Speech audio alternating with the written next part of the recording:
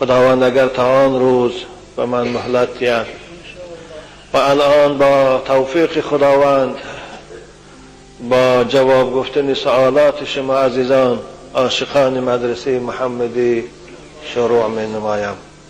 الحمد لله رب العالمین والصلاة والسلام على اشرف الانبیاء والمرسلین وعلى آله واصحابه اجمعین.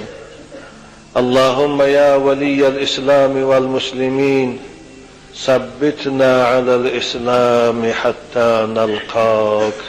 خدایا تو هستی پشتبان اسلام و مسلمانان، تو هستی صاحب اسلام و صاحب مسلمانان. خدایا اسلام عزیز ما را در تمام گوشه و کنار عالم بر بالای دیگر دینهای باطله غالب گردان.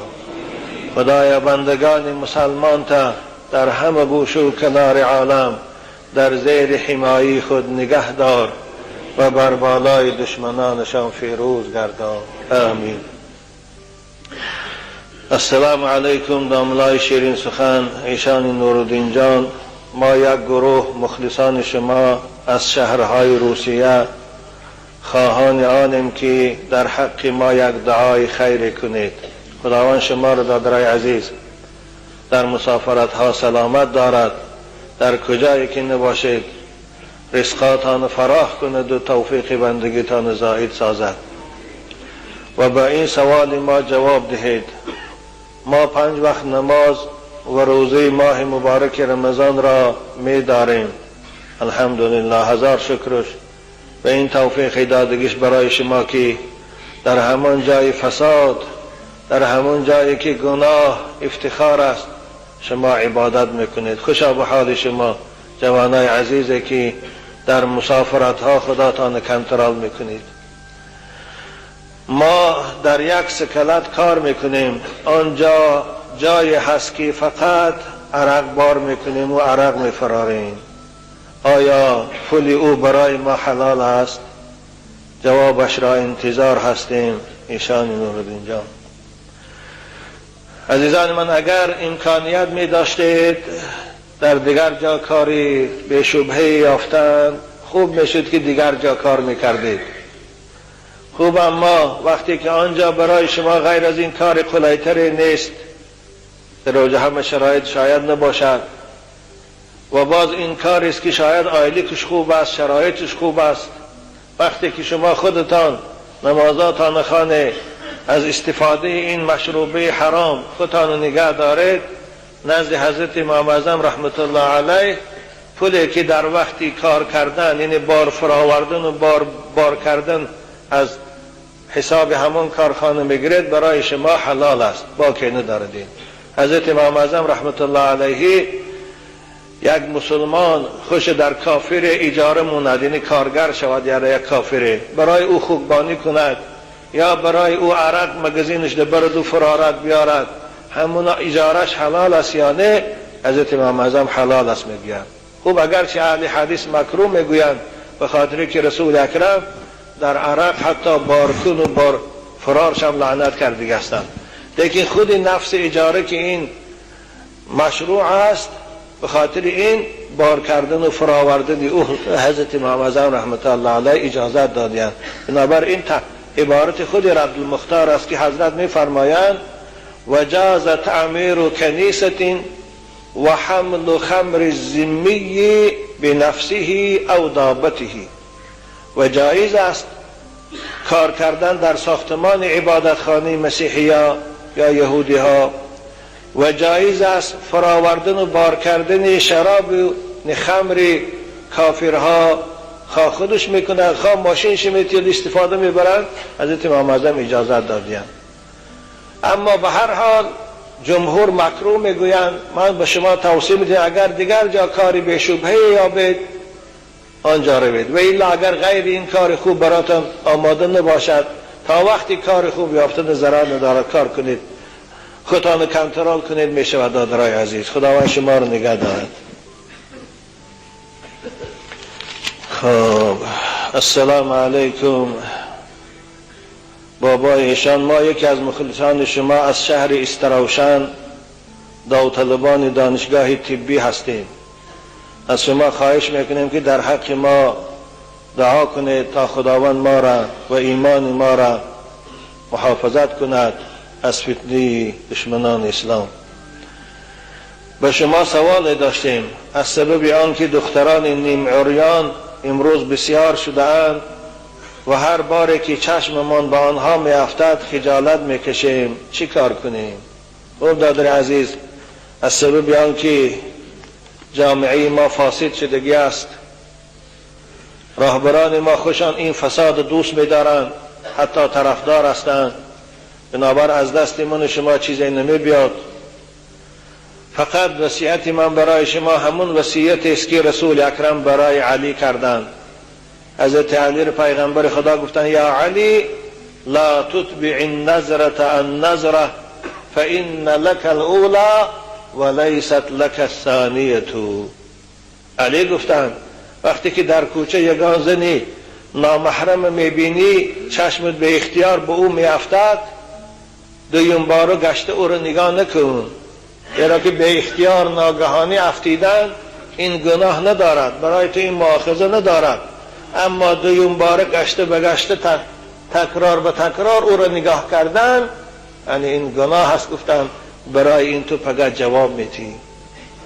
بنابر نصیحت منم برای شما جوانای عزیز این است که با او دخترهایی که عریانی در کوچه میگردن شما با هوس با شهوت به اونها نگاه نکنید. وقتی که چشتان به اونها میافتد مانندی که به یک شیطان رو پروشده باشه زمین توف کنید و چشمتان پایان کنید، طرف دیگر نگاه کنید، گذشته رفتن گیرید. این است وصیتی که رسول اکرم برای علی کردند و من برای شما میکنم. حالا که زمان علی در پیغمبر خدا فقط زنها را بعضی رویهاشان کشاده بود و خلاص، دیگر جاشان همش محکم بود. در اسلام کشاده بودن روی زن این عورت نیست، آن چیزی که من به او مایل هستم و این علماء اکثر مفسرها به این قائلند.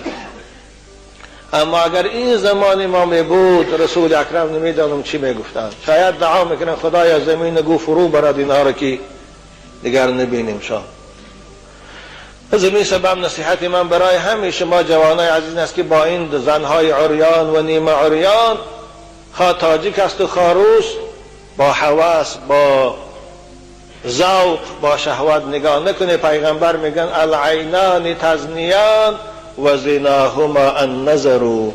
دو چشم هم زنا میکنه. زنای چشم تماشای با هوس، تماشای با ذوق به دخترهای ناشناس، به زنهای عریان و نیمه عریان. خداوند جامعه ما را از اینها پاک گرداند. بابایشان آیا در مسجد سلام دادن جایز است یا نه؟ آره جایز است. وقتی که شما از در مسجد می‌درایید، خوب مسجد آدم باشد، به نمازخانه مشغولن یا به ذکر، خودتان السلام علیکم گویید و در آمده رفته شیشتن گیرید. کسانی به نماز مشغول هستند اونها در جواب سلام شما لازم نیست، نمازشان ادامه دادن گیرند، یا ذکر گفتی ایستادن ذکرشان ادامه دادن گیرند. اما کسی که باید دیگر صحبت دارند مثل اکثر مسجدها در گپ زده میشینند، از در آمدگی شخص سلام کند، اونها لازم است که جواب سلام گردانند. آن چیزی که مفسرین کرام میگویند این است. من میدانم بعضی فتواها دست چگونه صاحب قنیه عالمگیری از اون نقل کرده است مسجد در آمدن سلام نکنیم، میگن بعضی فتوا، اما این اصل ندارد. این قولی ضعیف است، یعنی به اصل است، ما او را قبول نداریم، زیرا که قرآن در پروردگار در سوره نور آیه مبارکه میفرماید اعوذ بالله من الشیطان الرجیم و اذا دخلتم بیوتا فسلموا علی اهلهم تحیتا مبارکتا. آیه کلمه میگوید. حضرت ابن عباس پرسیدند که مراد از بیوت چی است؟ خدا وقتی که شما خانه های می درایید، حضرت گفتن مراد از این بیوت المساجد، مسجد هاست. وقتی که مسجد می درایید السلام علیکم گویید. اگر مسجد هیچ کس نباشد، شما اول شده مسجد در آمده هیچ کس نیست، چطور سلام میکنه؟ السلام علینا و علی عباد الله الصالحین. اینه سلام کنید تا در آمده بر نماز تحیه مسجد خانه. در تفسیر قرطبی هم هست، تفسیر احکام دعای سوره نور. میخوان ملاهایی که در این باب شبهه دارن خودشان مراجعه کنن، خوانن، نگاه کنن، در اونجا بیان کردی هستن بشن. بنابر آداب مسجد رایم همین است. وقتی که پای راست در مسجد میمونید السلام علیکم و رحمت الله گویید، اللهم صل علی محمد و علی آل محمد گویید. ثانی بعد دعا کنید اللهم اغفر لی ذنوبی و افتح لی ابواب رحمتیک. این دعا رو کنید خدایا گناههای من گذر، خدایا درهای رحمت بروی من کشاده گردان. این از آداب در آمدنی مسجد. بنابر او بعض ملاهای رو گپاشانه که مسجد در آمدن سلام نکنید، او گپا رو شما گوش نکنید. خوب دیگر خواهشه که من از شما عاشقان مدرسه محمدی دارم این است که وقتی که شما از اینجا یک گپ از من میشنوید و من برای یک گپی که به شما میگن چندین کتاب ها رو میبینم ثانی به شما میگم، وقتی که در جای دیگر یک ملا یا یک نیمچه ملا یا یک ملا بچه یک گپی برعکس گپی من میزند، شما دو دیله نشوید، زود حیران نشوید. اولش که همون گیرست پیش من بیارید، خب اگر بیاد، لیکن نمی بیارد شما گپی کسی کشید به همون اخلاص دارید و گپی همون عمل کردن گیرید. خوب دیگر چیزی گوین که اونها جنگ و جنگل کردن. دو جمعه گذشته من کدام جوان از خانه بیرون کردم درباره چی؟ درباره کدام ملا وقتی بحث کرد او گفته زنها رو مسجد رویش درست نیست، این گفته درسته. خوب وای بدنش گفته میگرده داخل، وقتی وای جنجال کرده میگردی. میگم ده ها بار از این منبر شنیدی که ما گفتیم کتابم برآمده بود در ملا محمود جان مقالش هم ده ها بار در این موضوع صحبت شده است. اکنون به هر بار آمده پیش من اعصابم خراب کرده میستی تا بچهای خوش رو. یک بار که شنیدید از من قولم یک است، من از قولم هرگز نمیگردم مگر وقتی که دلیل صحیح حدیث صحیح برای من برای حجتی روشن. از این قولم نمیگردم. پرسیدن تا حاجت نیست عزیزان من، خدا نگهدار دارد. جوان که روز ما از خانه او رو بیرون کردن خفه نشود. انسان هر حالت دارد دادرای عزیز. او یک بعضی از وقت حالتی از جمعه برآمده من حالتی ناراحتی من از خستگی من گپ بسیار زدن نمیخواهم، برای من خفه نشویتان. بابایشان اگر شخص به حج رفت به ظاهر شریعت حج یکم بارش فرض بود و خواندن سنت ها از او ساقط، در دفعه دویم و سوم که حج می رود این حج او نفلی است، آیا سنت های نماز را باز ساقط میکند؟ شما را خدا نگه دارد، شما را خدا نگه دارد. خوب دادر عزیز، سنت ترک کردنش برای مسافر است، فرق ندارد او سفر حج سفر حج فرضیش است یا سفر تجارت است یا سفر تماشا است اوریستی، یا اینکه دیون بار سوم برای زیارت حج میرد حج نفلی. هر حالت در سفر صاحب شریعت سنت ترک کردنش به ما رخصت داده است. اگر سفر شما سفر ناراحتی باشد، مثلا ایستگاه باشد، داخل پاییز باشد یا فرودگاه باشد که حضور دل ندارید، شما اون فرض خانه 2 رکعت می شود، سنت هست شما ساقط. لیکن اگر تو در مهمانخانه هستید یا که در مسجد رسول اکرم هستید یا در بیت الله هستید، اونجا هم فرض خوانید هم سنتات میخوانید، زیرا 2 رکعت نماز بیت الله برابر 1500 رکعت نماز دیگه مسجد است. 2 رکعت نماز مسجد رسول اکرم برابر 1000 رکعت نماز دیگه مسجد است. اونجا سنتاتون هم خوانید. خوب برای خاطر آسانی اسلام در سفر رخصت داده است سنت نخواندن شد. اما باز آخی خودی شما عقل دارید، عقلتون کار فرمید. اما اگر مراد از این سنت روز عرفه شما در نظر داشته باشه، من روز جمعه عرفه پیشین خطی عصر یک وقت میخوانن، شام خطی خفتن یک وقت، این سنت ها ساقط است، این سنت ها رو نمیخوانن، نه سنتی پیش از پیشینه نه سنتی بعد پیشینه، اینا ساقط هستن، سنت هاشو نمیخوانن، فقط فرض 2 رکعت فرض پیشینه میخوانن، بعدی وقت تکبیر میگن 2 رکعت فرض عصر میخوانن وقتی پیشین ده. ثانی با مزدلفه که آمدن ساعتهای 10 و 11 شب، شام در وقتش نمیخوره در حج. حاجی محترم گوش اندازه، مزدلفه که آمده ساعت خود 11 میشه، خود 12 شب میشه، ثانی اذان میگه 3 رکعت فرض شام میخونه، سنتش نمیخونه. بعد او با تکبیر میگه 2 رکعت فرض خفته نمیخونه، ثانی با 3 رکعت ویتر. سنت ها اونجا ثابت است.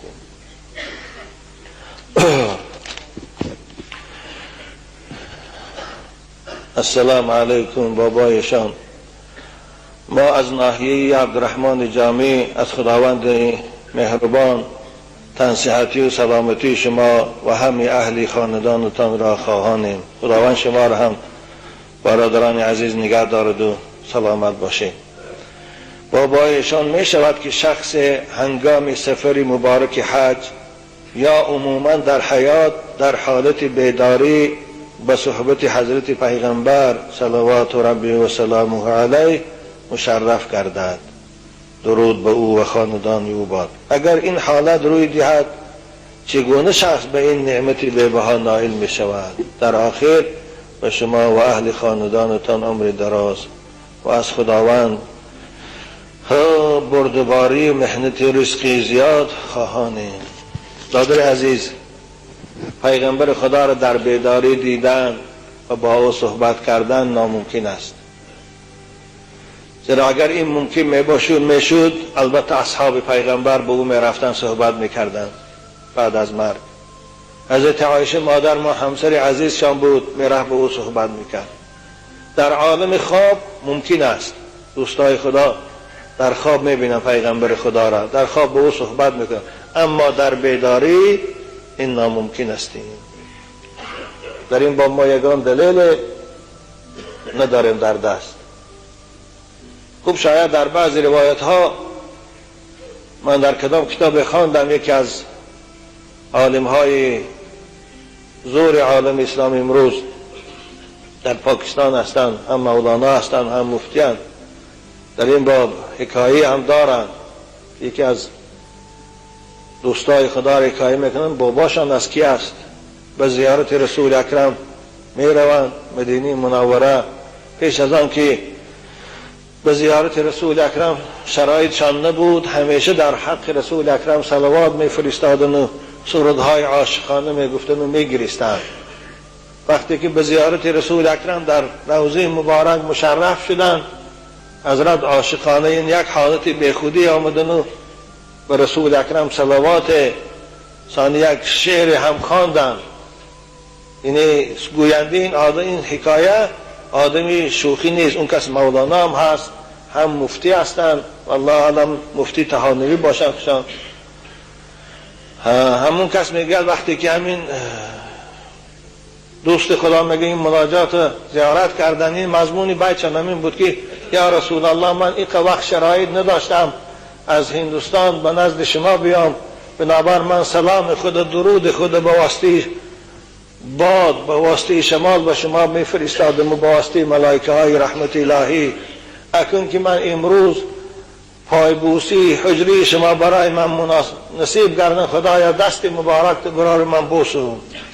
همینطور به خود یک مناجات کرد، میگه روضه رسول اکرم با میگه پاره شد دستی از داخل قبر رسول خدا برآمد و بوسه کرد. حضرت میگه قریب همونجا چند هزار آدم میگه این منظره رو مشاهده داشتن، در کتاب ها هست. خوبه که این برای ما این دلیل شده نمیتانه که از رسول اکرم در این با ما چیزی نشونیدیم. خوب من به اینها باور دارم، این کرامات هستین میشودین، لیکن خداوند این به هر کس نصیب نمیکند. این با مانند او بارین باز عاشق بودن در کار است و رسول اکرم دوست داشتن در کار است، سنتش شریعتش خدمت کردن در کار است. لیکن من شما رسول اکرم دوست می‌داریم، صلوات بسیار میفرستیم. پیغمبر خدا را دوست می‌داری، سنتش در عمل کن برادر عزیز. یگان سنت و مستحبات چه ترک نکن. همیشه هر روز 100 بار و 200 بار پیغمبر در صلوات فرست. از شریعتش پشتیبانی کن، چه میزور میرسیدگی به شریعت او بنده های خدا را دعوت کن. تو انشاءالله عاشق رسول اکرم هستی، تو انشاءالله همراه پیغمبر خدا در جنت هستی. این است. حضرت ایشان مادرم بیمار است، مرا گفتند که مادرت را نزد فالبین ببر. من نمیبرم، چون که میدانم مردن آدم را هیچ کس نمیداند، حتی پیغمبرها هم. فالبین ها از کجا میدانند؟ مادرم را من به نزد فالبین نبردم. شما بابایشان یک دعا دهید که شاید مادر من شفا یابد. بارک الله دادر عزیز، خیلی آدم به ایمانی بودی تو. از نزد فالبین های چی فایده نیست. خوب اگر مادر شما را خواهد که نزد طبیب او را برید، مانند طبیبای خلقی یا مانند دکترها او را برید، ثواب میگیرید دادر عزیز. اما نزد فالبین و نزد جادوگر و نزد علاوگردان و اینها اگر گوید، حتی مادرم گوید نبرید، شما گناهگار نمیشید دادر عزیز. خداوند این مادر عزیز شفای کامل کرد که فرزندی او از این خجالت خلاص شود و مادرش خرسند شود. زیرا پیغمبر خدا میگه من اتی کاهنا فقد کفر بما انزل علی محمد. کسی نزد فالبین رود و به گفته او باور کند، حتی اگر او راست میگه از اسلام خارج میشود، حتی کافر هم میشود. بنابر نرویتان. باز میگن والله فالبین ها چی نمیدانن و یا دروغ میگن. اگر با یا چیزی رو دانن یکم خوشم کسل نمیشن. اگر فالبین ها چیزی رو دانن یکم خوشم کم بغل نمیشون، خوشان نمیمورن. همه کم بغل فالبین ها هستن. از همه آدم خار به قدر همه فالبین ها هستن. همتون نیست؟ با چی باید بالا رو بدونه باید؟ بابایشان من یک دختری 3 سال است که بیمار هستم، هیچ کس دردم را نیافت، نه دکتر و نه طبیب. من را میگویند که تو بندی خدا دادی، تو کسبه داری، کسبت را ادامه ده. کسبه من طبیبی است. بابایشان من 5 وقت نمازم را میخوانم، من حیا و ستر هم دارم، همین کسبم را دوام دهم یا نه؟ شما چی میگویید؟ خوب خواهر عزیز اسلامی، اگر کسبه شما طبیبی باشد، شما می توانید این کسبه را ادامه دهید. یعنی خواهرای زنهایی که مانند خودتان نزدتان می بیاد با طبیبی فرمیدن، با دوایی فرمیدن، اگر رفتو دعاهای قرآنی میدانید با دعاهای قرآنی خواندن تبابت کنید، با که ندارد.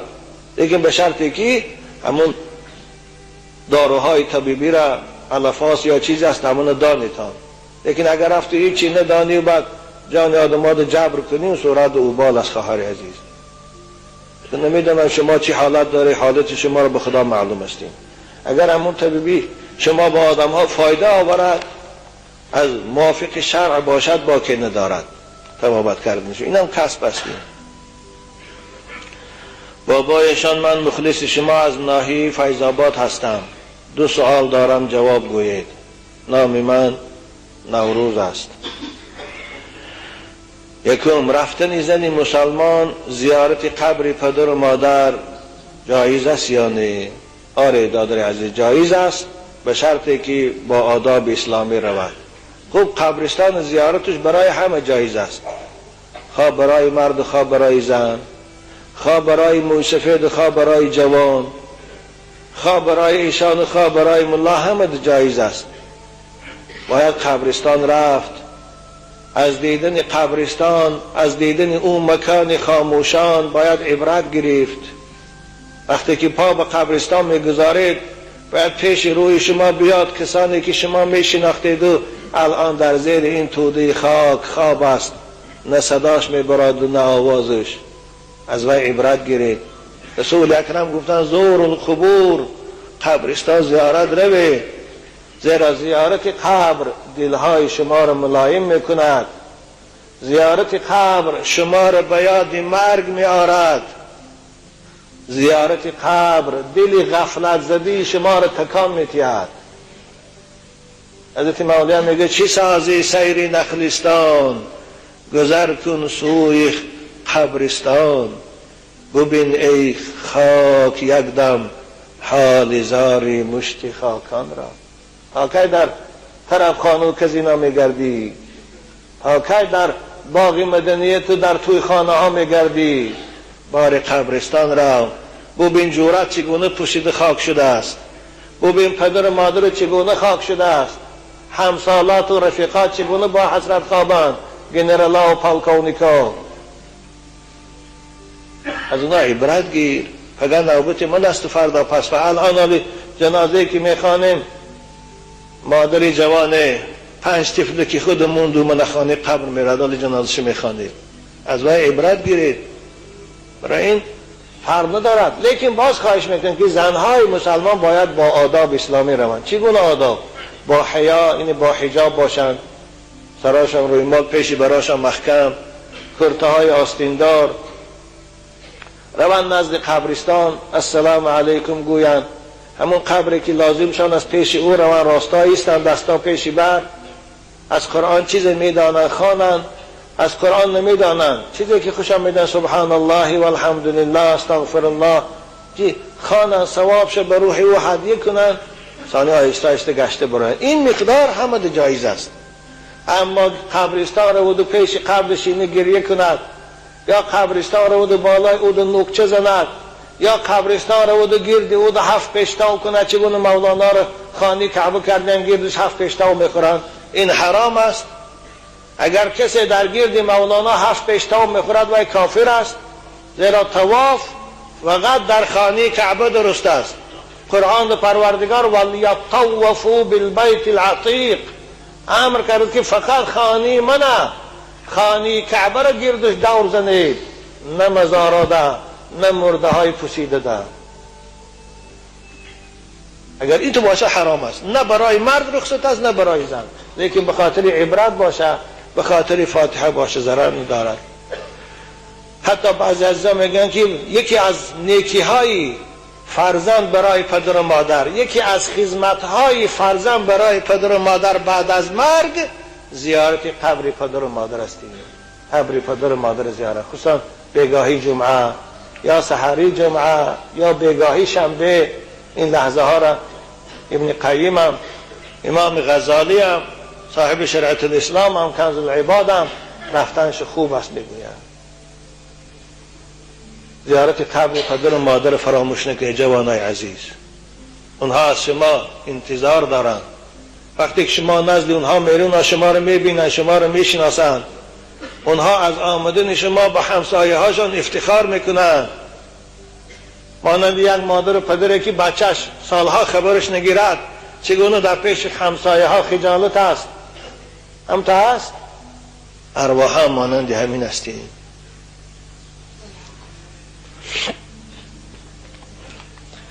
بابایشان من 5 وقت نمازم را با جماعت میخوانم، عائلم قرآن خوان است، خودم نه. آیا درست است که در نزد عائلم سبق گیرم؟ آره دادر عزیز، نور علی نور میشه.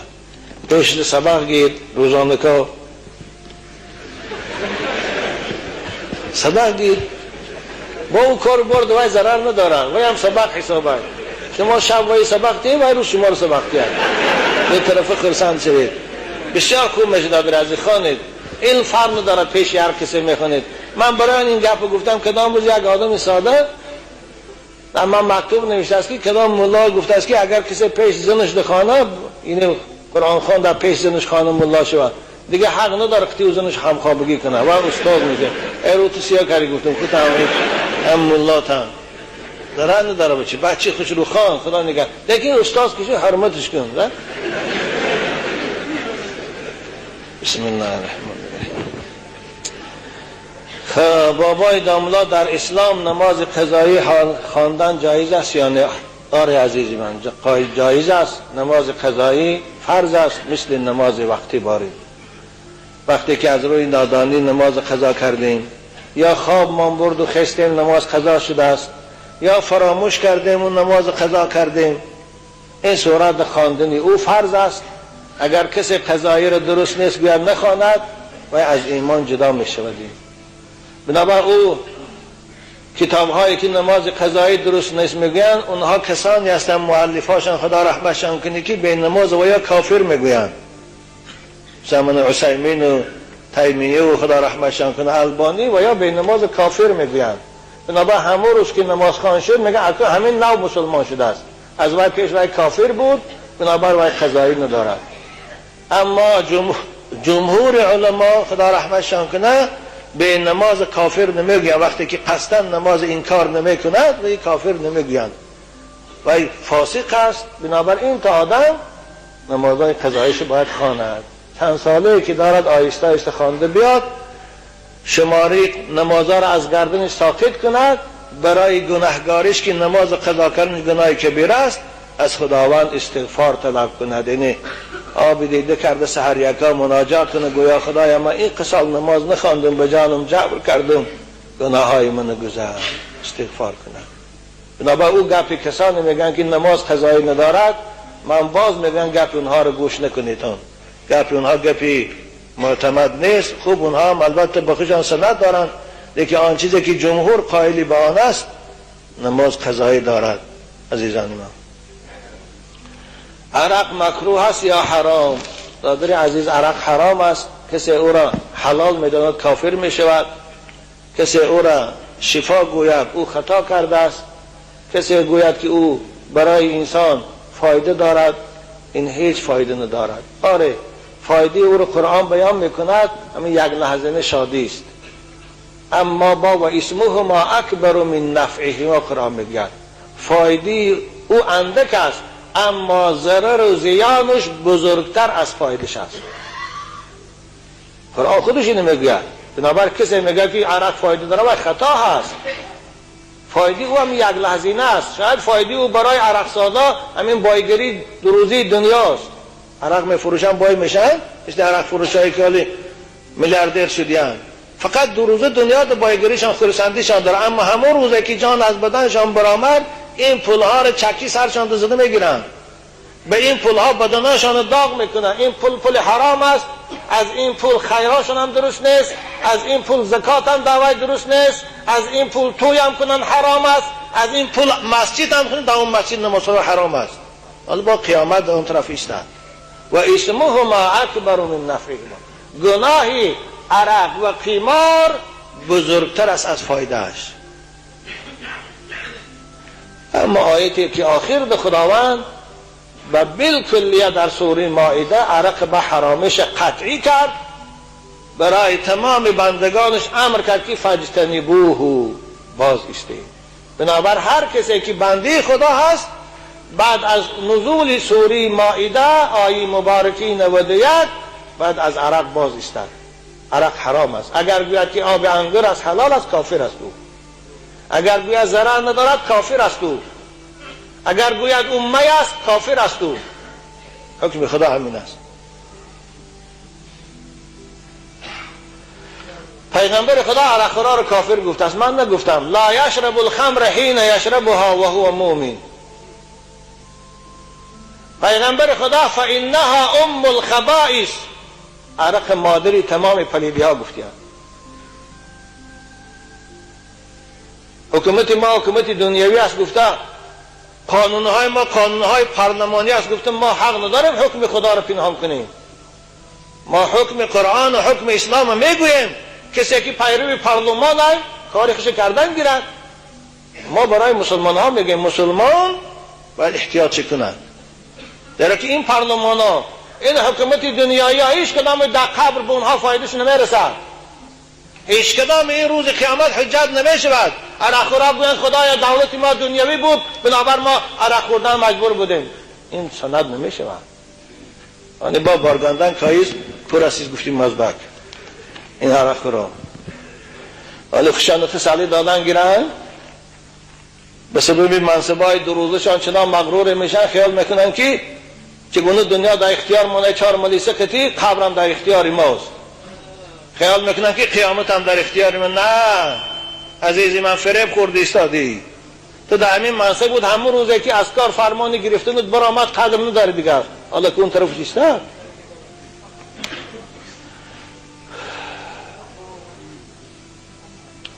بابایشان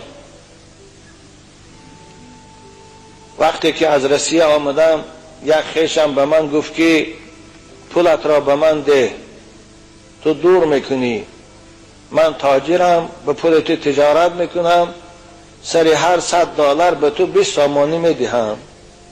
من به او گفتم ساز فکر کن، 20 سامانی که از بین نیست چگونه میتی؟ 20 سامانی وزبین نیست؟ چگونه میتی؟ او گفت که نه وزبین نیست، یک روزه کاری من 2 ماه آیلی که تو میشود، یعنی 40 سوم میشه. نه که گویا اکنون من در 2 سال نمیدونم چند قدر پول از او گرفتم. بابایشان من درباره ریبا از کسیته های شما شنیدم، نه شب خوابم میبرد نه روز. شما به من گوید که همون پولهای گرفتگی من ریبا می باشد؟ اگر ریبا باشد من چیکار کنم؟ و با کی دیهم که از آتش دوزخ خلاص شوم؟ خوشا به حال دادر عزیز، با این کم بغلید این قدر ترس دارید. وای به حال بایا که نه حرام فرق میکنن و نه حلالا، روشان سیاه. دادر عزیز، او پولی که شما به او برادرتان دادید وای ریبا نیست، زیرا که او برادر از شما قرض گفته نگرفته است. وای گفته است که پولت به من ته، من تجارت میکنم. این مضاربه میگن دادر عزیز، تجارت میکنم، از حساب تجارتم 20 سامانی شما رو میتیم. این مضاربه میگه، این در شریعت درست است. این ریبا همین میگن که وای پول از شما قرض میگرفت. مثلا میگه که شما هم پولتان به من قرض دهید، من هر ماه فائز 20 سامانی شما رو میتیم. این صورت این ریبا میشه، این حرام است.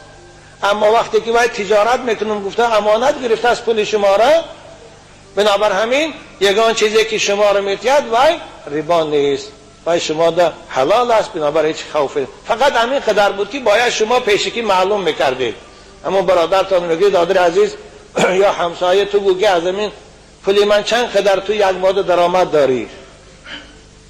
اگر میگفتی مثلا 50 سوم درآمد دارم، خوب میگفتی 20 سومش از من، 30 سومش از تو، یا 10 سومش از من، یا 40 سومش از تو. این مضاربه است، این حلال است، باقی نداره. خوب به هر حال این پول شما دادر عزیز اونقدر شبهناک نیست، گرفتن گذران داره.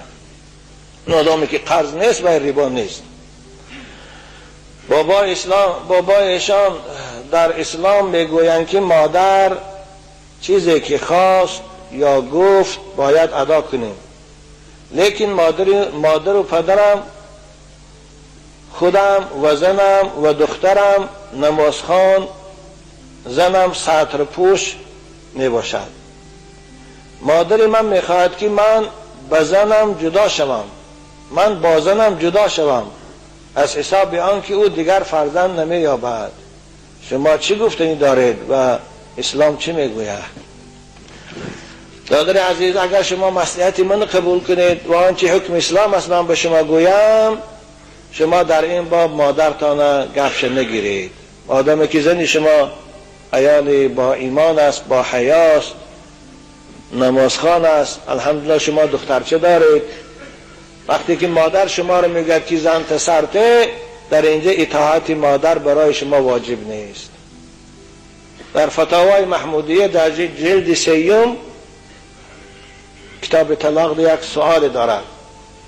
سوال این است که مادر و پدر از فرزند خود طلب میکنند که همسرت را طلاق بده، آیا برای این فرزند واجب است که اطاعت از پدر و مادر کند؟ سوال همین است. جواب میگه مولانا خدا نظر خدا رحمتشان کنه که اطاعت از پدر و مادر در اینجا واجب نیست. این فرزند همسر خودش سر نتید، بلکه با او زندگی شیرین خودش ادامه تید و فقط پدر و مادرش هم خدمتش کند، حرمتش به جا بیارد. اگر ما با مادر و پدر سخت گیرن که ما تو را عاق میکنیم، عاق هم نمیشه. این مولانا ابوالحیان در نفل مفتش سوال میکنه، همینه که پدر یا مادر فرزندش مجبور کند که زن تسرته، اگر سر نتید گناهگار میشود یا نه؟ مولانا ابوالحیان میگن نه، گناهگار نمیشود. خوب اینجا شاید بعضی ملاها حدیثا بسیار برآمده بختی کلیلی، هر چی تا آدم دعوای ملایی دارد، شاید در حدیث کدامش خوانده باشن که حضرت عمر پسرشان گفتن عبدالله ابن عمر که زن تسرته، عبدالله ابن عمر زنش سر داد که حالا که عبدالله اقرار میکنه که من همسر و دوست میداشتم، برای من خیلی محبوبه بود. شارحای حدیث این حدیث بیان میکنن، میگن که حضرت عبدالله ابن عمر با گفتی پدرشان زنشان سر نداده بودند. وقتی که عمر گفت، حضرت عبدالله زنش سر نداد. وقتی که رسول اکرم شنیدن، پیغمبر خدا با عبدالله رو فریاد کردن، گفتن عبدالله همسرت سرت وقتی که عمر خفه شد ایستاده است. اینجا حضرت عبدالله ابن عمر به خاطر آنکه اطاعت پیغمبر واجب است، به خاطر رسول اکرم شده همسرشان جدا شدن. بنابراین اونجا نمیشه این حدیث به انسان دلیل کرد. خوب به هر حال ما از شما دادر عزیز خواهش میکنم که همسرتان رو ناامید نکنید، زندگیتان رو تلخ نکنید، اون دخترچتان اونها را محتاج نکنید. خدا خواه انشاءالله پدر و مادر با روزه این خطایشان رو میفهمند، باز راضی میشوند، لیکن شما همراه کلین کوشش کنید اونها را خدمتشان کنید، در حقشان احسان کنه، خدا خواه ثواب میگیره. کنه اونها را خدمتشان کنه، در حقشان احسان کنه، خدا خواه ثواب میگیره. خان دادر عزیز خب بابایشان من از شما پرسیدنی هم که از جولی که قربایی آب خوری و همین آب طهارت کنی درست است یا نه؟ جوابش را انتظارم. آره درست است دادر عزیز. پس موندی آدمی طاهر است و سور الآدمی طاهرون. آدم فرق نداره، خواه جوگی است، خواه جهود است، خواه مسیحی است، خواه مسلمان است، خواه زنک است و خواه مردک است، پس موندی او طاهرم. چه از ستیل فوکش موندی یک آدم آب خورد کی نباشد وای باقی مانده آب او را خوریم هم درست است، طهارت هم کنیم هم درست است، لباس هم شویم هم درست است، خوب که باشه اوقات هم کنیم هم درست استیم. فقط فقها در یک حالت عرق نوشیدگی آدم، شخصی که عرق نوشیدو حالا دهانش بوی عرق دارد، لباش نوشیدگی نیست، بعد نوشیدن عرق اگر کاسه آب خورد ان هوای پس موندهش حرام است. شرمنده عرق خورا فهمانه کن. من بجای بشم در یادم هم عرق دیگه نمیبرم، توبه میکنم، من بس میکنم. پس موندی عرق خور حرام بودن. فتوا میگه من نمیگم دادر عزیز با خفه نشو عرق خورو، اگه خفه شو من پروایی ندارم، خدا من از اونها هرگز محتاج نکنه. پس موندی عرق نوش حرامه، حتی عرق بدنش هم حرامه. باور میکنی فتوا میگه که عرق نوش شب خواه رفت و عرق کرد بدنش، کرتش از عرقش تر شد یا پراستین جای خواب تر شد، هوای به نماز های هوای نماز خوانده نمیشه. خوب ایزا کشنه عرق رو. لیکن جوده که قربایی ده آب نوشی زرند دارد، نوش بابا خمینه چارت کردن بشن. بابایشان من یک مخلص دائمی شما هستم، یک سوال دارم. بعضی ملاها میگویند که روز چهارشنبه و یکشنبه باید وزن خود خانه‌داری نکنی، التماس جواب درستش را گویید. اگر مخلص من باشی در این با من چند بار پیشتر هم گفته بودم، همین غریمی چی هنر نداری خودت همین گپ هر ملا رو بگیر که میسیستن. او همسری خودت از چی کار داره ملا در تو؟ چهارشنبه میکنی، پنجشنبه یک خلاده مگه شب جمعه خوشش نمیبیا به فرای خواد، همه شب یک شنبه میکنه به وای درست نیست. این گپ خطا است دادر عزیز. باور کنید اسلام دیگه این گپ ها نیست. فقط هم ملای میگه اونها حقیقت اسلام رو نمیدونن، اونها هم اسلام عزیز هم مسخره کردن. رسول اکرم صلی الله علیه و سلم پرسیدن که ماذا یحل لی من امرأتی، پیغمبر بزرگواران همسری من برای من کجاش حلال است؟ حضرت همه جاش برای تو حلال است بودن. هر وقتی که میخوای خودش خانه‌داری کن برای تو حلال است بودن. ببینی همه جاش برای تو حلال است بودن. همه جاش فهمیده؟ یا خیلی همینه ساده هم با میره گشت میپرسن باهاشون هم خیلی کنیم چه میشه. خودی خدا کردن که چه میشه. آیا سادی بند نشه واقعی عصر 21 شدی ساده. آبا کافر ما رو میخندن، مسلمان ها حقی موندن بودن. برای همه عزیزان من رسول اکرم پرسیدن صحابه که ماذا یحل لی من امرأتی، از همسری من براش کجاش حلال است برای من؟ حضرت همه جاش برای تو حلال است، هر کاری میکنی حلال است الا النکاح، مگر همخوابگی در حالت حیض. حالت حیض گفتن همخوابگی یعنی علاقه جنسی کردن برای تو حرام است. نکاح مراد از حیض است. شارح حدیث میگن دیگه حدیث رسول اکرم اینو با شرط دادن در حالت حیض همخوابگی حرام است و این چنین خانه‌داری کردن از عقیب خانم این حرام است. غیر این دیگه هر کاری میکنی هر شبه که میکنی حلال است برای تو. او خدا رحمت کنه آدمای قدیم شیخ بودن، خدا رحمتشان کنه، آدمای خوب بودن. گپای وی در 4 کتاب هستن، یا 4 کتاب کل ما یه وقتا میخوندم و هوای خدا رحمت کنه می از صاحب 4 کتاب ما هر کجا نکنه راستای دروغه فلان شب ما درست نیست و فلان شب عید کنی ششتلیکه بشو. من بیچاره خودش همه رو زنگ کتی خرفتن نداشته و همه هر چی رو بانده کرد نمیشه در کتابش. خدا نگهتان داره. فقط از زنا خودتان کنترل کنه بچه های عزیز. دیگر همسر شما برای شما حلال است. اعوذ بالله من الشیطان الرجیم. نساؤکم حرث لکم فأتوا حرثکم ان شئتم وقدموا لانفسکم واتقوا الله واعلموا انکم ملاقوه وبشر المؤمنین. خدا در این آیه مبارکه میگه همسرای شما برای شما حکم زمین کشت دارند.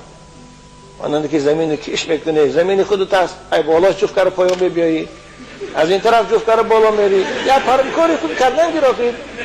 فقط تخم تکار در همون زمین حاصل خیزش. بنابراین این آیه کلمه صراحتا دلالت میکنه در عقید کردن زن حرام است. در این تخم باید در جای کاری حاصل دیده خیر. همت است؟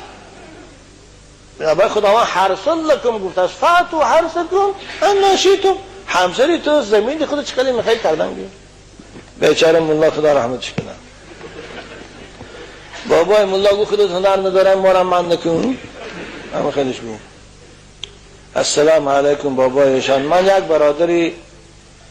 یک برادری ما به ما گفت که اگر شما حرام بودن پول ناس یا سیگاریت را به ما با دلیل گویید من ناس فروشی و استعمال ناس و سیگار را بس میکنم. خواهش میکنم بابایشان جان پاسخش را شما دهید. در حق من یک خواهر اسلامی خودتان دعای خیر کنید. خواهر عزیز خداوند شما را نگه دارد. ناس و پاپیراس در مکروگیشان شبهه نیست، هر دو مکروه هستند. زیرا یکم مکروگی سببش این است که بدبوی هستند، دهان بدبوی میکنند. هر چیزی که بدبویی دارد مانند پیاز خام، مانند چسلاک، مانند راشک، مانند کرفس، اینها مکروه هستند استفادهشان. ناس هم از سبب بدبویش مانند اوست بنابر مکروه است.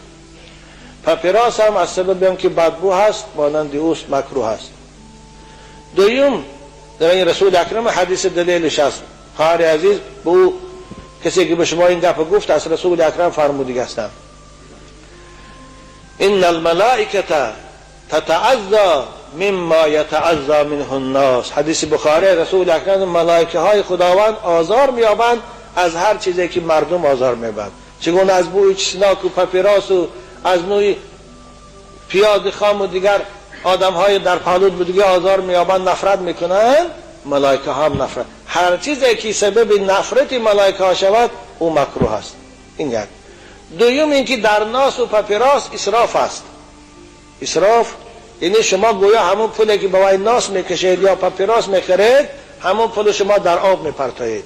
خداوند اسرافکارا رو دوست نمیدارد. ان المبذرین کانوا اخوان الشیاطین.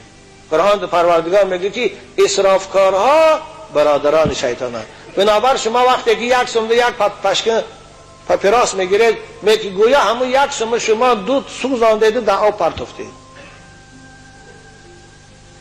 بنابر این مکروهیش شبهه نیست، اما حرامش گپ است. آیا پاپیراس حرام است یا نه؟ امروز عالم اسلام جمهور علما اجماع دارند بر این که پاپیراس حرام است. با دلیل های زیاد اثبات کرده هستند از حدیث رسول اکرم، از آیات، از اجماع که پاپیراس حرام است. به خاطر چی؟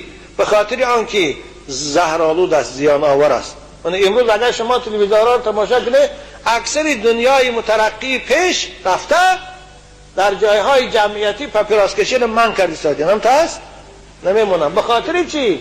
به خاطر زیان آور زهرآلود بودنش. دودی او زهرآلود است.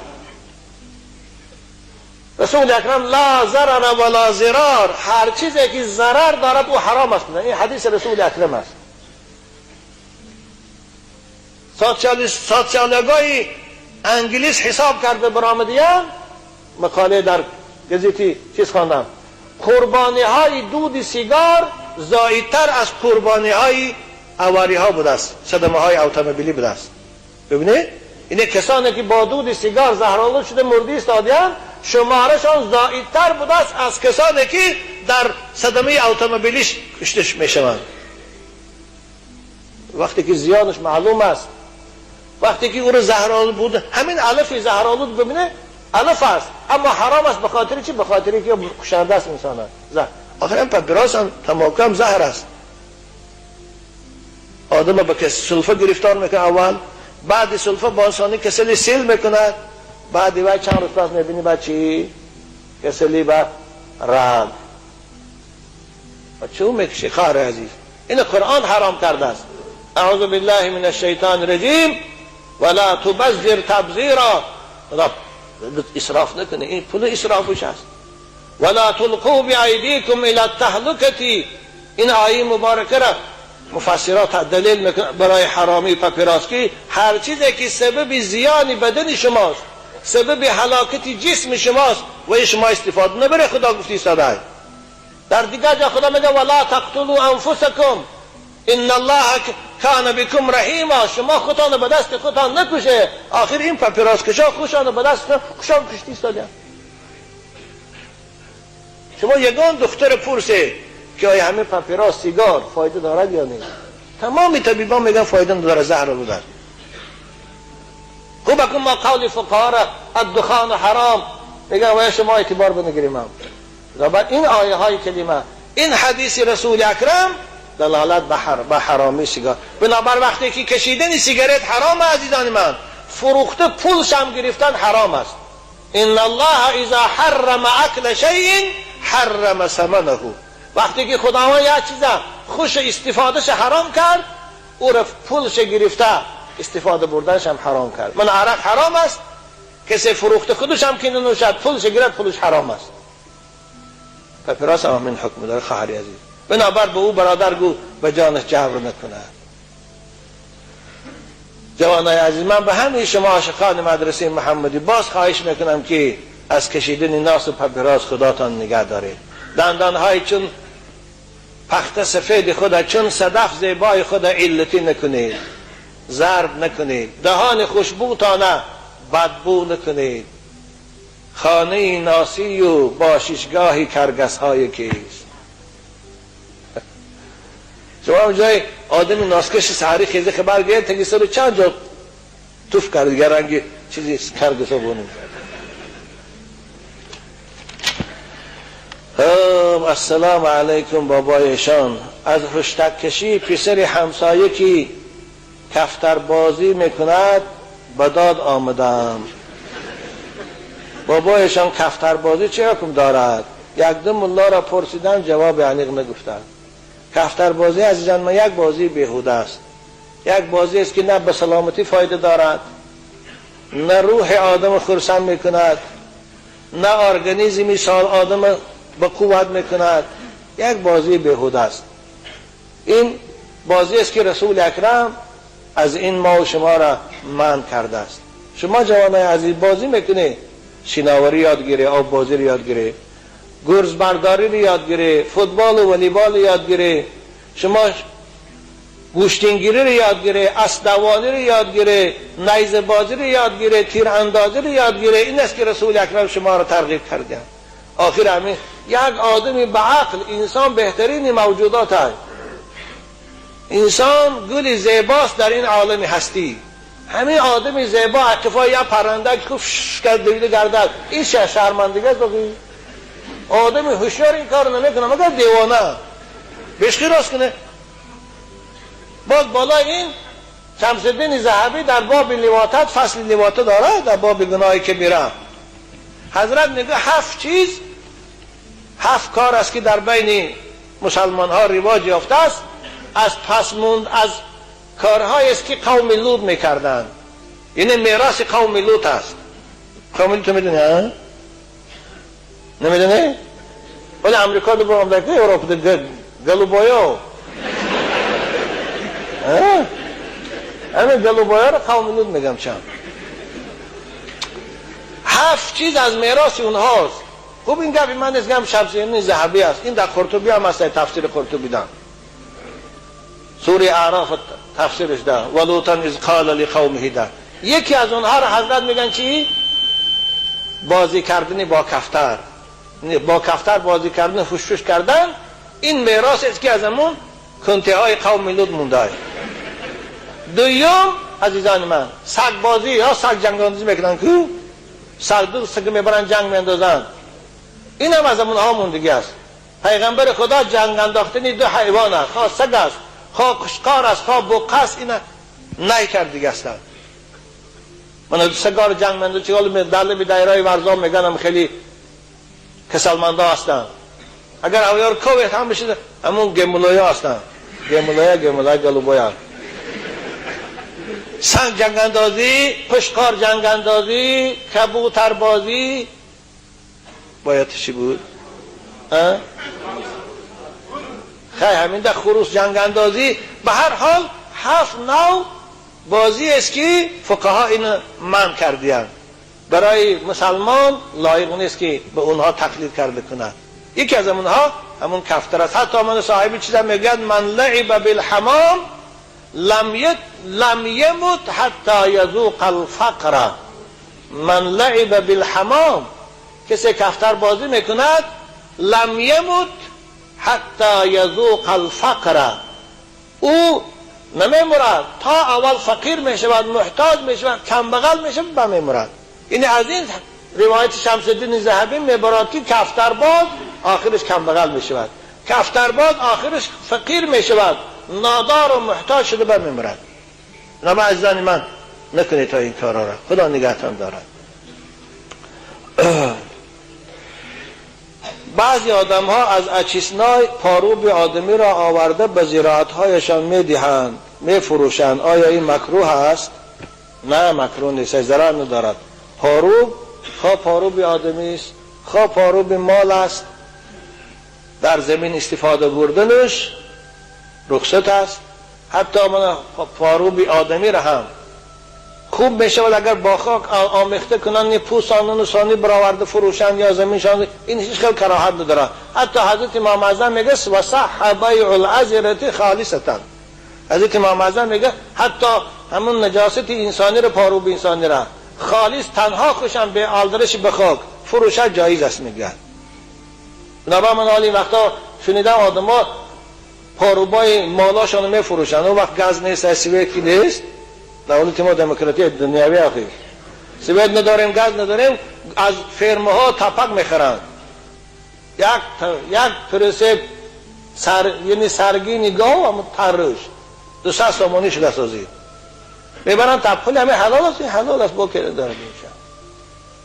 برای همین از یک آدم حاجت خانهش پر شود، ثانی همون دم تیدو دیگه جا حاجت خانه کسر بعد 1 سال ثانی پسانده پس برای زمیناش پرتیت با که نداره حلال است، حاصلی که از او زمین میگرد با. این در کتاب کراهت هم هست، کسانی که مختصر خواندن شرح بخاری هدایه خودشان نگاه کنند. دادر عزیز حتی به شما باز روشن‌تر کردگی من یک آدم حاجت خانهش پر شده است، از حاجت خانهش همون نجاست برآمده میرد، پیشاب برآمده میرد، جویبار زمین ده میرد، زمینی که گندم کاری دست یا کتشکی کاری دست، آب هوای همونجا ده میرد. آیا همون حاصل زمین درست است یا نه؟ حلال است، هیچ خیل باکی ندارد.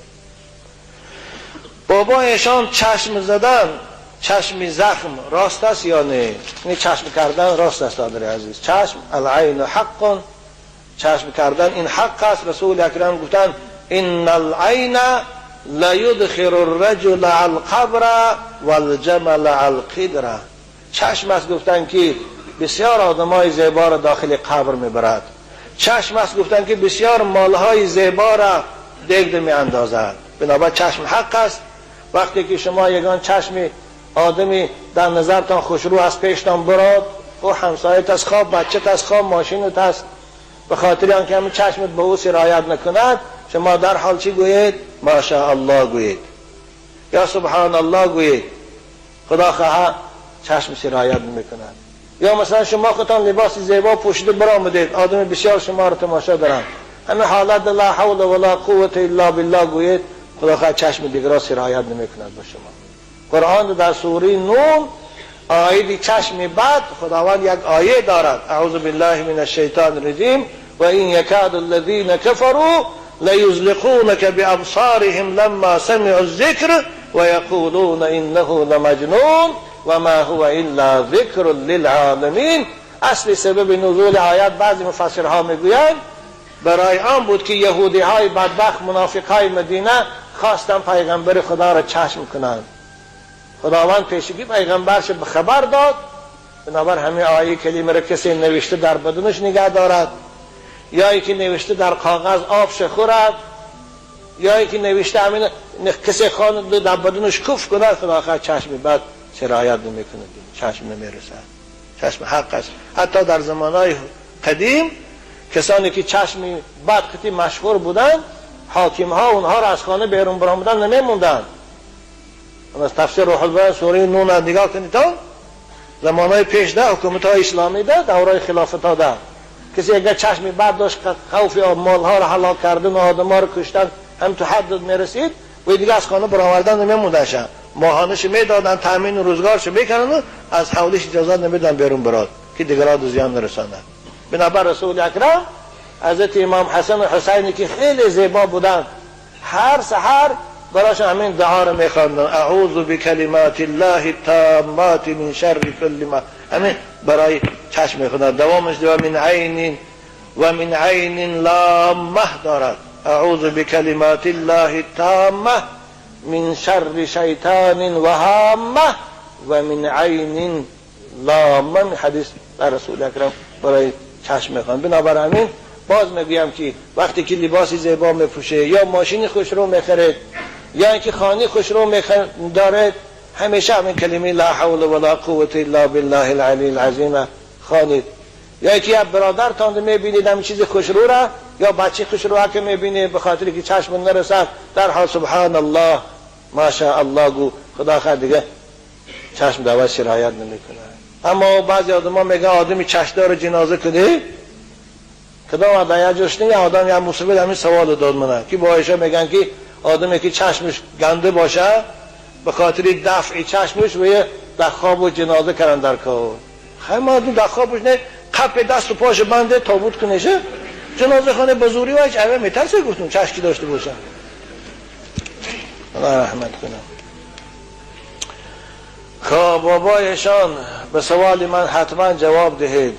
یک رفیقم در پیش من ناس کشید و طهارت نکرد. نماز شام بود. من گفتم طهارتت شکست و ای گفت که به من می شود. بابایشان جواب شما چی است؟ خوب دادری از اگر ناس گرم کنه آدم این خیالش اندکک برد یا که یک حالتی اندک خورسندی براش بیارد به اعتبار طهارت میشکند. در که رسول اکرم نهی کردن، نه رسول الله صلی الله علیه و سلم ان اکل کل مسکر و مفتر. اگر رفتون لیکن هیچی نبرد، هیچی مثلا خیالتان پریشان نکند، فکرتان ویران نکند، هیچی یک خاک بارین دادن عادت کردگی باشی، این صورت طهارت نمیشه. زیرا که طهارت از چی میشکند دادرای من؟ آخه شریعت به اختیار من و شما نیست. طهارت از چیزی میشکند که از بدن بیرون براد.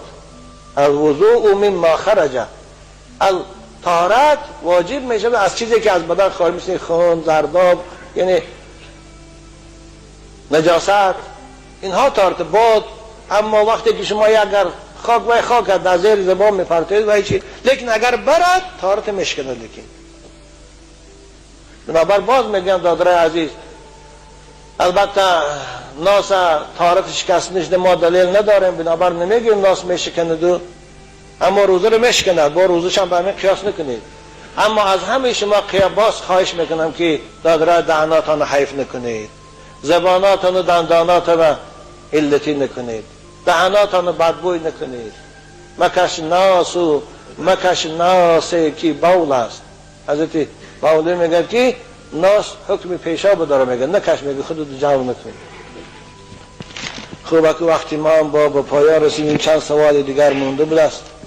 خدا خیر با جمعه آینده ناش جواب میتیم. یک سوال تعجیلی است. السلام علیکم بابایشان، از شما خواهش میکنم به سوال من جواب دهید. بعضی آدم ها میگویند که صلات مسعودی از صحیح بخاری افضل است. شما چی میگویید؟ نه دادر، این گپ خطا است. بهترین کتاب ها بعد از بخاری، یعنی قرآن صحیح ترین کتاب صحیح بخاری است. او همه سخنای رسول اکرم است.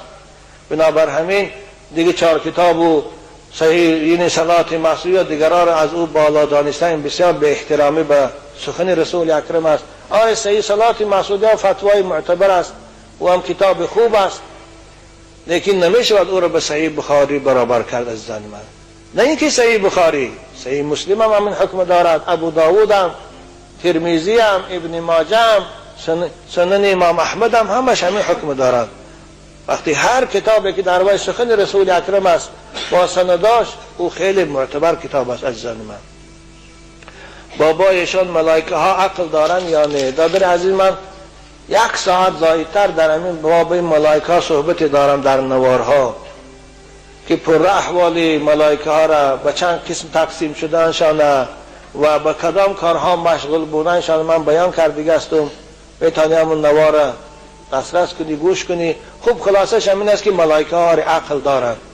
ملائکه ها خداوند آفریده است، مخلوق نورانی که اونها از خوردن و آشامیدن منزهند، اونها از علاقه جنسی منزهند، اونها را مرد و زن گفته نمی شود، اونها مشغول به تسبیح پروردگار هستند، اونها مشغول به خدمت پروردگار هستند، اونها را خلاصی تاجیکی گویم این زمان تا موافق اونها قوه های مسلح پروردگارند که اونها هم به گروه ها تقسیم میشه که قوه های مسلح دولت ها به گروه ها تقسیم میشوند، بعضیش انویده و بعضیش KGB و بعضیش سرحدبان و بعضیش اینوای، اونها هم به این گروه ها تقسیم میشوند.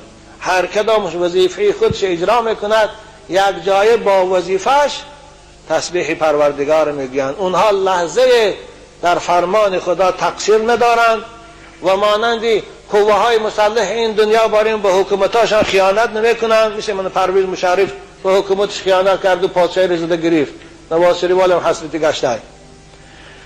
خواب که باشد اونها عقل دارند لیکن شهوت ندارند. مثلا انسان هم عقل دارد و هم شهوت. حیوان شهوت دارد و عقل نه. ملائکه ها عقل دارد و شهوت. بنابر انسانی که عقلش بالای شهوتش غالب باشد، موافق به عقلش رفتار کند، زندگیش موافق به تعلیمات الهی و قرآنی کند، مقام این از مقام ملائکه ها بلند است. خب در این باب صحبت مفصل دارم اونجا گیرید، اکنون صحبت خود در اینجا من به پایان برسانم. از پروردگار مهربان برای عزیزانی که مکتوب ها را برای من روانه کردند و این شب سبب کتاب بینی من شد، خداوند به اونها اجر جزیل و ثواب طالب علمی و سامعین نصیب سازد. در این لحظه های نزول رحمت و اجابت دعا یک جای از همه شما خواهش میکنم به خاطر حاجیایی که سفر مبارک کردن از این جمهوری ما و انشاءالله کردنی هستن، فردا و پس فردا و پس فردا یک جای دعا کنید، زیرا آنجا بسیاری از حاجی ها آمدگی هستن به امید دعا کنید. پروردگارا یا حی یا قیوم یا بدیع السماوات والارض یا ذا الجلال والاکرام لا اله الا انت برحمتك نستغيث اللهم اجعل حجهم مبرورا وسعيهم مشكورا وذنبهم مغفورا. اللهم أنت الصاحب في السفر وأنت الخليفة في الأهل والمال، استودعهم الله الذي لا تضيع ودائعه. خدایا همه زائران خانه خود من به تو امانت می سپارم. خدایا اونها را بعد از انجام سفر حج، بعد از ادای عبادت حج سلامت و نزد خاندانشان بازگردان. آمین یا رب العالمین. جمعه دیگه ان شاء الله سوال و جواب میشد. باز خواهش میکنم کسی استودنتش که بلیتش و کلیدش گم کرده باشد اینجاست بیاد گیرد. جنازه خدا کنم. من نمازی که خواندم جنازه از خواهش میکنم زیارت بعد جنازه میکنیم.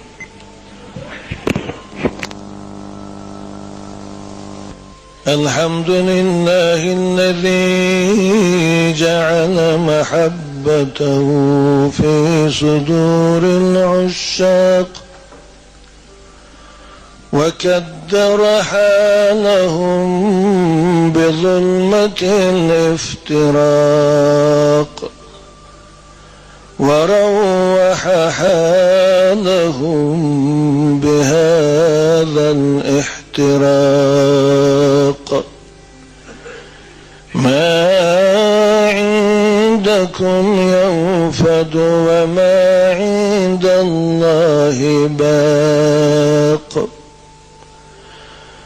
وأشهد أن لا إله إلا الله وحده لا شريك له قاسم الآجال والأرزاق ونشهد أن سيدنا وعظيمنا وحبيبنا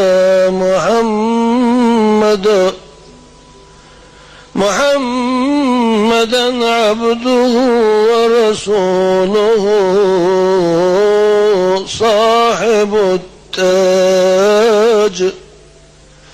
صاحب التاج والمعراج والبراق صلى الله تعالى عليه وعلى آله وأصحابه وخلفائه الراشدين المهديين صلاة دائمة إلى يوم الطلاق وعلى الإمامين الهمامين أيها الناس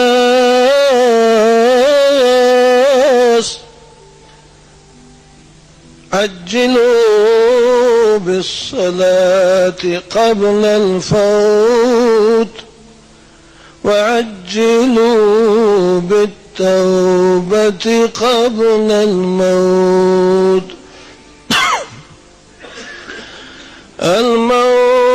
الموت كل نفس ذائقة الموت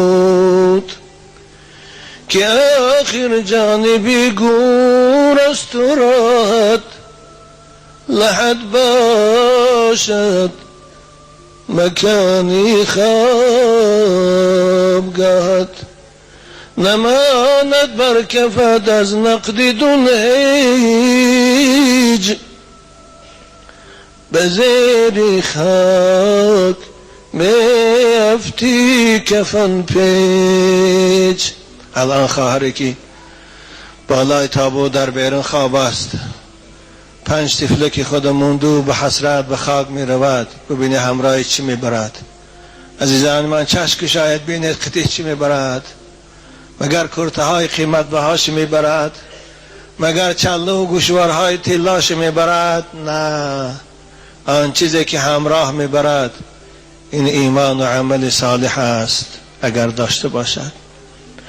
اعوذ بالله من الشیطان الرجیم. ربنا لا تزغ قلوبنا بعد إذ هديتنا وهب لنا من لدنك رحمة إنك أنت الوهاب. بارك الله لنا ولكم ما في القرآن ونفعنا وإياكم بما فيه البيان. اللهم صل وسلم.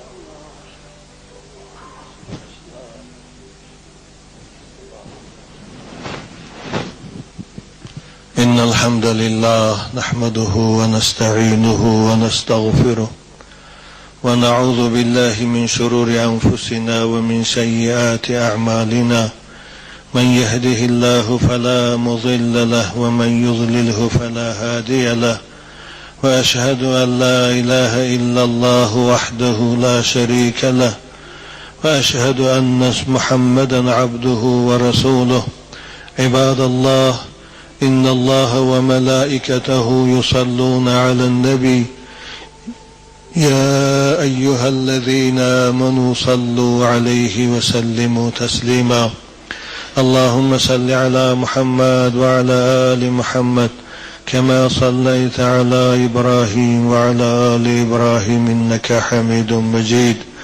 اللهم صل على سيدنا محمد وعلى جميع الأنبياء والمرسلين وعلى ملائكتك المقربين وعلى أهل طاعتك أجمعين.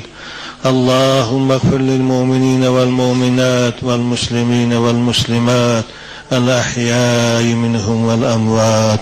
قوموا إلى صلاتكم يرحمكم الله وأقيموا الصلاة.